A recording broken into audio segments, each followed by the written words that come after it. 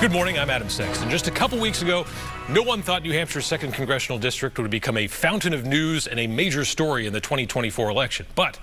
And Congresswoman Annie Kuster stunned everyone by announcing her decision to retire from Capitol Hill at the end of this term, and suddenly there seems to be a new headline out of CD2 each day.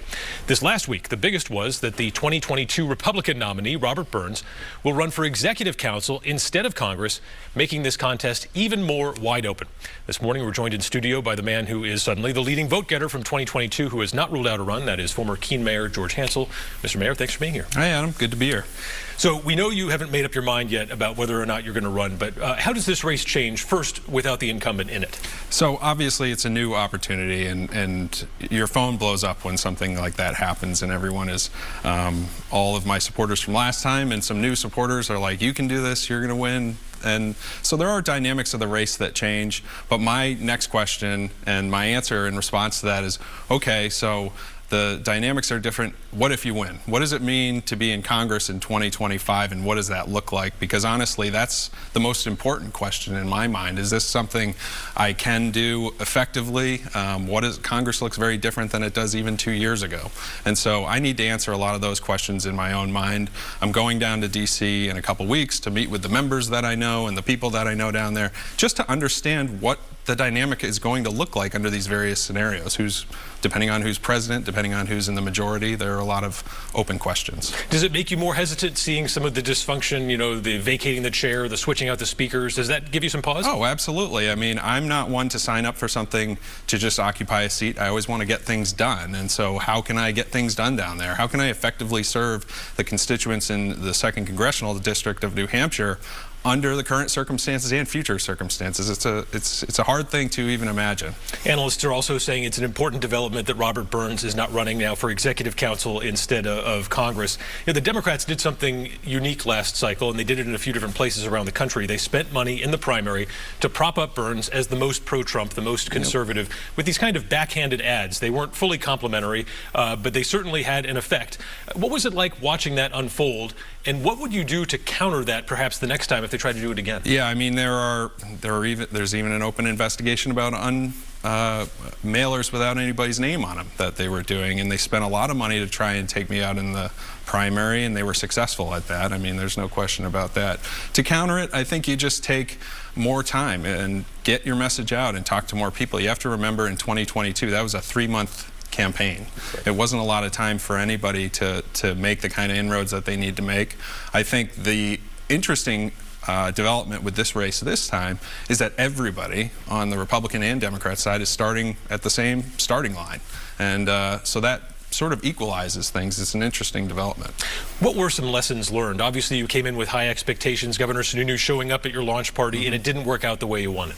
Yeah, I think you just have to hone your message to the people and pick up on what they're feeling at that time. I mean, one thing I kind of learned is it's not just about your background or what you've done or anything like that.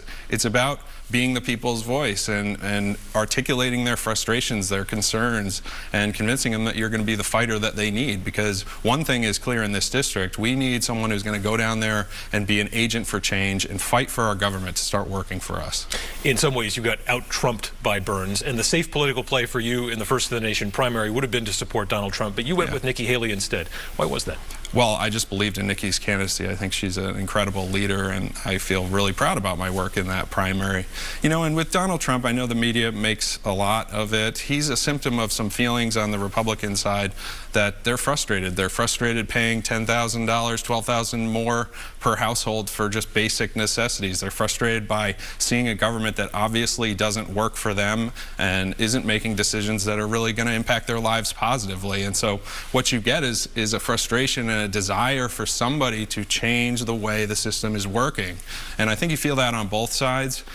Some people have placed their trust in Donald Trump to do that. I don't know if that's going to work out, but for me, as someone who wants to serve, who wants to be that fighter and fight for change, I'm just looking to make sure that the environment is appropriate for that. I don't want to go do nothing. I want to go change things in a positive direction, start delivering for the constituents in CD2, and give them the representation that they deserve. New Hampshire is a small state, and that's not going to change.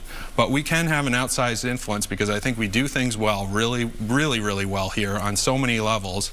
And if we can find someone, a messenger, to articulate what we do, why we do it, and how it's good for our citizens, I think that can spread like a wave across our nation and can really start to change the conversation. If you decide to run, are you going to be comfortable sharing a ticket with Donald Trump? And could that have a negative impact potentially in CD2? Yeah, you never know. I mean, there are lots of people that like to guess how these different factors play into a race. I've always sort of defaulted to, look, do whatever you're going to do, genuinely, be authentic, get your message out, talk to a lot of people, work hard, and good things happen. I mean, that's kind of my strategy, the one I've used in the past to be successful, winning 2 elections in a really democratic city, and more than that, but 2 elections for mayor anyway. And that's what I'm going to go with. My thinking doesn't really change there. Now, in Keene, you own and run a 5th-generation family business, and on paper, there are aspects of the economy that are doing really well. We see some of the headlines. Yeah. The macroeconomic stuff is good. In practice, though, on the ground, it's a lot harder. You mentioned the inflation for a lot of people. I just want to know, is business good right now?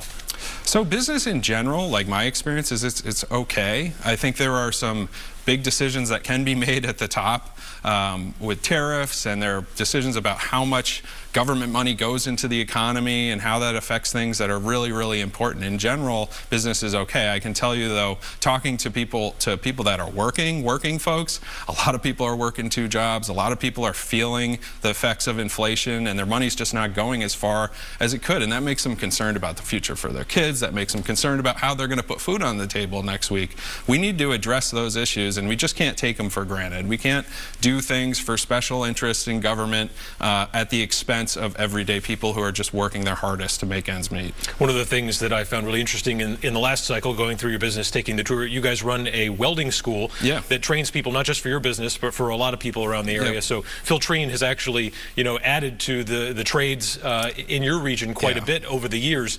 I'm just curious, though, it's still very hard to find tradesmen to do work these days. What do you think the government should do to try to adjust to that? So it's hard work, right? A lot of these jobs are just tough jobs, but they're incredibly rewarding. I go to work every day, and there's a product at the end of the day that we've built as a team in my business, and that's so cool. We need to show people the opportunity, because especially with advanced manufacturing, lots of different roles. It's not the manufacturing, or some of these jobs are not what you may think they are. They really do offer you a place to expand your knowledge and grow and get into a career that's incredibly rewarding, both financially and just for your daily life. And so I think we have to do a better job messaging that kind of stuff. I don't know what the government's role really is there. Supporting, we've actually in the state of New Hampshire, I think for the first time in a long time, the community college system, our career centers around the state. We have a lot of people that are starting to row in the same direction towards addressing this workforce issue. It's incredible, and it's a lot of people that are doing great work. But I, as a business owner, see a light on the end of the tunnel with that issue. Obviously, one of the ways to address workforce is immigration, but that issue is fraught with all kinds of partisan different things right now.